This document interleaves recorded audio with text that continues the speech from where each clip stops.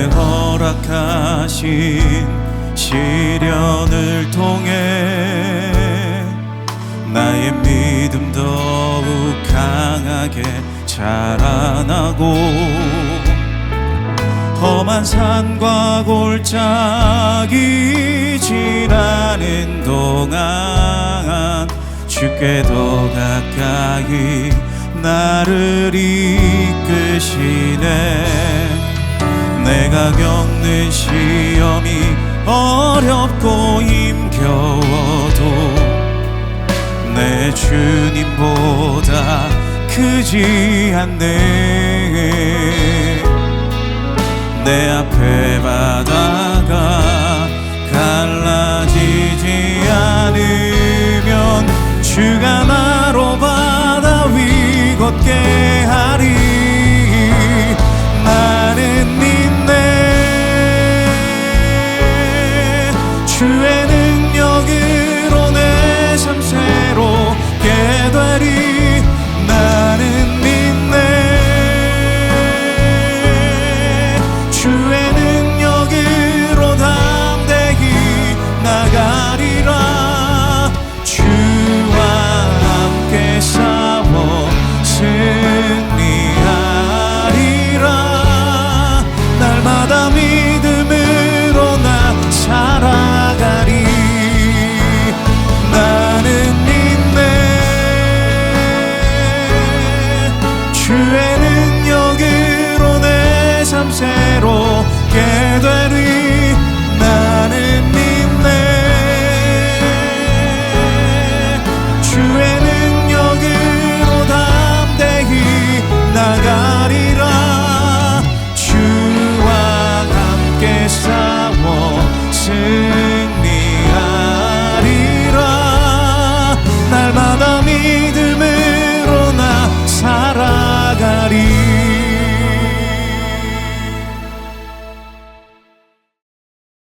그런즉 우리가 무슨 말을 하리요? 율법이 죄냐? 그럴 수 없느니라. 율법으로 말미암지 않고는 내가 죄를 알지 못하였으니 곧 율법이 탐내지 말라 하지 아니하였더라면 내가 탐심을 알지 못하였으리라. 그러나 죄가 기회를 타서 계명으로 말미암아 내 속에서 온갖 탐심을 이루었나니 이는 율법이 없으면 죄가 죽은 것입니다. 전에 율법을 깨닫지 못했을 때에는 내가 살았더니 계명이 이름에 죄는 살아나고 나는 죽었도다. 생명에 이르게 할 그 계명이 내게 대하여 도리어 사망에 이르게 하는 것이 되었도다. 죄가 기회를 타서 계명으로 말미암아 나를 속이고 그것으로 나를 죽였는지라. 이로 보건대 율법은 거룩하고 계명도 거룩하고 의로우며 선하도다. 그런즉 선한 것이 내게 사망이 되었느냐? 그럴 수 없느니라. 오직 죄가 죄로 드러나기 위하여 선한 그것으로 말미암아 나를 죽게 만들었으니 이는 계명으로 말미암아 죄로 심히 죄되게 하려 함이라. 오늘도 새로운 하루를 선물로 주신 하나님께 감사드립니다. 선물로 받은 오늘 하루도 주님과 동행하는 복된 하루 되시기를 바랍니다. 몇 년 전 코로나라는 새로운 바이러스가 전 세계를 강타했을 때를 기억하십니까? 전 세계인들이 코로나 때문에 두려움에 떨었습니다. 열이 나고 기침이 나고 심해지면 죽기까지 하는데 이유를 알 수 없었기 때문에 두려움을 넘어선 공포가 사람들의 마음을 장악했습니다. 정체가 무엇인지를 몰랐기 때문에 병을 진단할 수도 없었고 치료약도 없었습니다. 백신이 개발되기 전 먼저 개발된 것이 바로 코로나 진단 키트였습니다. 코로나 바이러스에 감염되었는지를 알려주는 진단 키트가 생겨나고 나서야 우리의 몸을 괴롭히고 죽음에 이르게 하는 병이 무엇인지 진단을 할 수 있게 되었습니다. 코로나 진단 키트는 코로나가 아닙니다.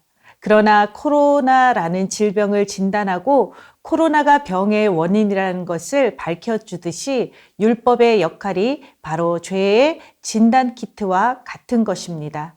7절 말씀에 율법이 죄냐? 그럴 수 없느니라. 율법이 죄냐라고 질문을 던지고 바로 이어서 그럴 수 없느니라 대답을 하고 있습니다. 그렇습니다. 율법은 죄가 아니라 죄가 무엇인지를 진단해서 우리에게 알려주는 역할을 하는 것입니다.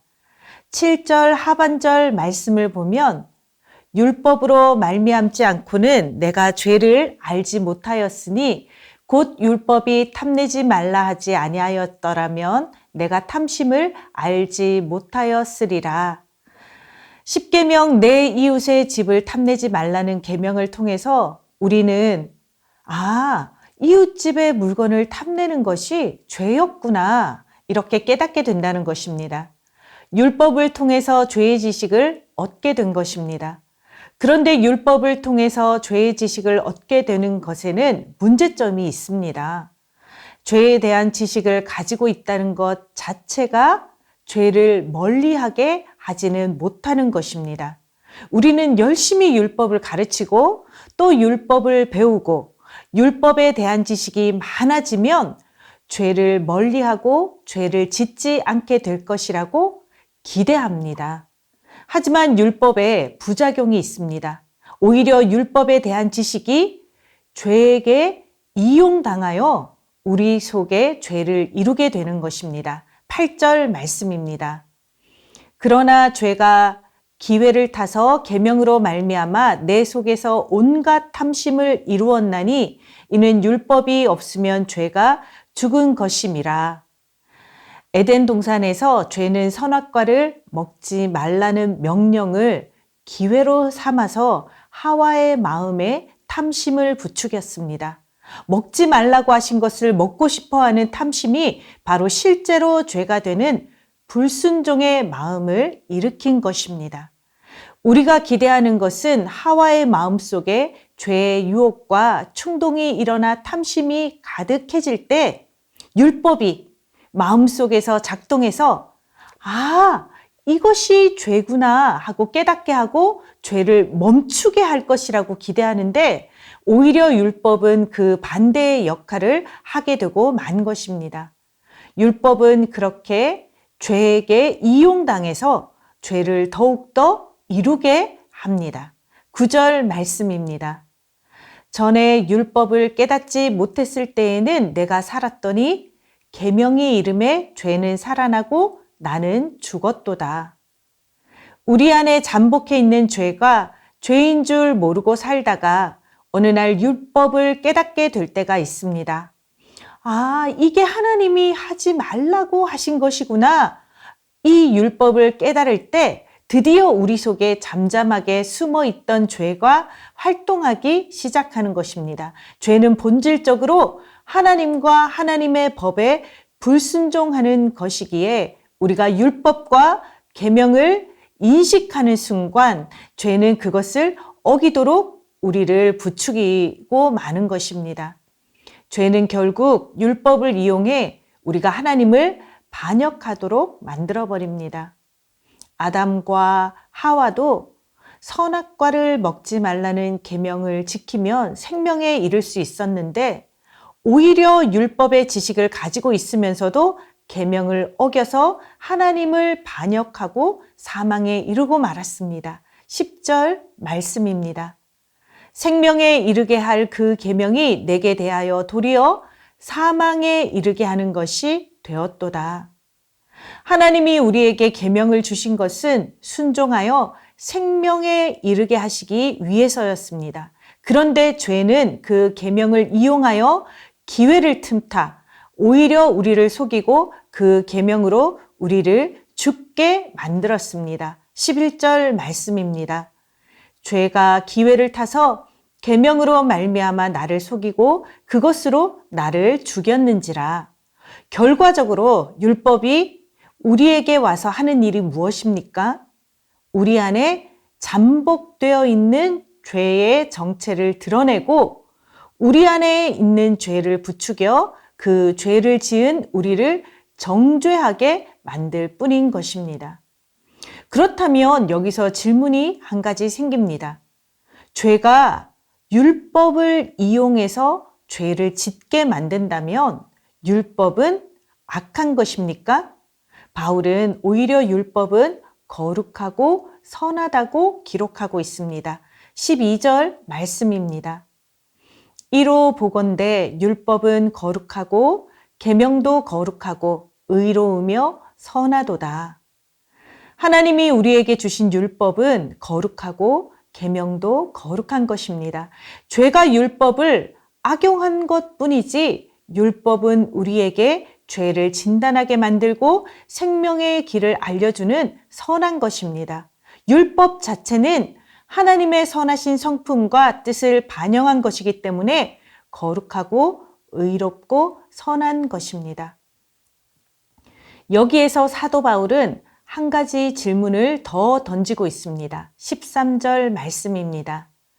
그런즉 선한 것이 내게 사망이 되었느냐? 그럴 수 없느니라. 율법은 선한데 나에게 와서 사망이 되느냐? 이렇게 질문을 하고 있습니다. 성경은 단호하게 그럴 수 없다라고 대답합니다. 지금까지 앞에서 선한 율법의 부정적인 역할을 다루었다면 선한 율법을 하나님이 우리에게 주신 이유, 긍정적인 역할을 말씀드리겠습니다. 바로 율법이 우리에게 와서 긍정적으로 하는 진짜 역할이 무엇입니까?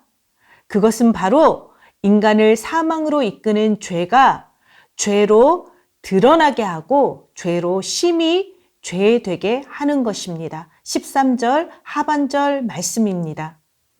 오직 죄가 죄로 드러나기 위하여 선한 그것으로 말미암아 나를 죽게 만들었으니 이는 계명으로 말미암아 죄로 심히 죄되게 하려 함이라. 코로나 바이러스가 무엇인지 지식이 없을 때에는 죽음이라는 두려움과 공포에 전 세계가 떨었지만 코로나 바이러스가 진단 키트를 통해 치명적인 정체가 밝혀지고 나서는 질병을 치료하고 무력화시킬 백신을 처방할 수 있게 되었습니다.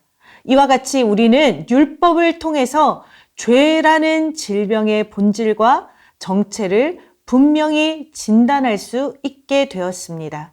죄가 죄로 드러나는 것은 그 죄가 얼마나 악한 속성을 가지고 있는지 율법을 통해서만 낱낱이 세상에 알릴 수 있게 되었다는 것입니다.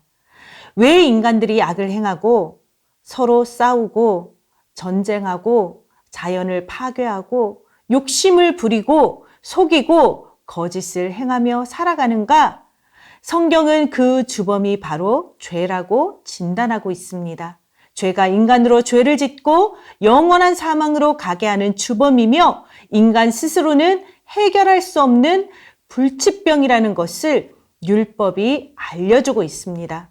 그 불치병을 치료하는 백신, 사망으로 이르게 하는 병을 생명으로 변화시켜주는 백신이 있는 길을 알려주는 역할을 바로 율법이 하고 있는 것입니다. 죄를 해결하는 백신은 무엇입니까? 오직 복음, 오직 예수 그리스도만이 죄를 해결하는 유일한 백신입니다. 오직 복음, 오직 예수 그리스도만이 이 세상의 유일한 해답이고 치료제인 줄 믿으시기 바랍니다. 사랑하는 성도 여러분, 율법, 도덕, 계명을 가르친다고 율법에 대한 지식을 배운다고 더 착해지고 더 선한 사람이 될까요? 율법에 대한 지식이 하늘 끝까지 쌓여도 죄의 열은 내리지 않고 사망의 증상은 회복되지 않습니다. 율법은 생명을 주는 백신이 아닙니다. 영원한 생명의 백신이 우리에게 필요하다는 것을 알려주는 진단 키트일 뿐입니다. 율법을 통해 우리는 율법으로는 해결할 수 없는 심각한 죄의 바이러스에 내가 감염되었구나, 이것을 깨달을 뿐입니다. 그래서 우리에게는 율법이 아니라 영혼의 백신, 생명의 치료제, 복음이 필요합니다. 예수 그리스도의 복음만이 우리를 영원한 생명으로 이끄는 참된 치료자입니다. 오늘도 복음으로 우리의 영혼을 살리시고 새 생명을 선물로 주신 예수 그리스도와 동행하는 우리 더사랑의 교회 모든 성도님들 되시기를 축복합니다. 함께 기도합시다. 율법을 배우고 율법의 지식이 쌓일수록 내 속의 죄를 깨닫게 해주시고 날마다 하나님 앞에 무릎 꿇고 회개하게 하소서. 아멘. 죄의 바이러스로 오염된 세상의 유일한 치료제는 오직 복음, 오직 예수 그리스도 뿐임을 기억하며 복음을 믿고 복음으로 살아가게 하소서. 아멘. 주일 예배 말씀을 맡으신 박은조 목사님과 강은도 목사님이 전하시는 복음의 메시지를 통해 VIP들에게 복음이 들어가며 은혜 받게 하소서. 아멘. 계속해서 더 세미나를 위해 합심해서 기도하겠습니다. 더 목회자 세미나의 모든 준비가 사람의 계획이 아니라 성령의 인도하심 속에 진행되게 하옵소서. 아멘. 강사로 섬기시는 이인호 목사님에게 복음의 능력과 성령의 기름을 부어주시고 말씀마다 생명의 역사가 일어나게 하옵소서. 아멘. 참석하는 모든 목회자들의 마음을 열어주시고 복음 안에서 다시 부르심의 확신을 회복하게 하옵소서. 아멘.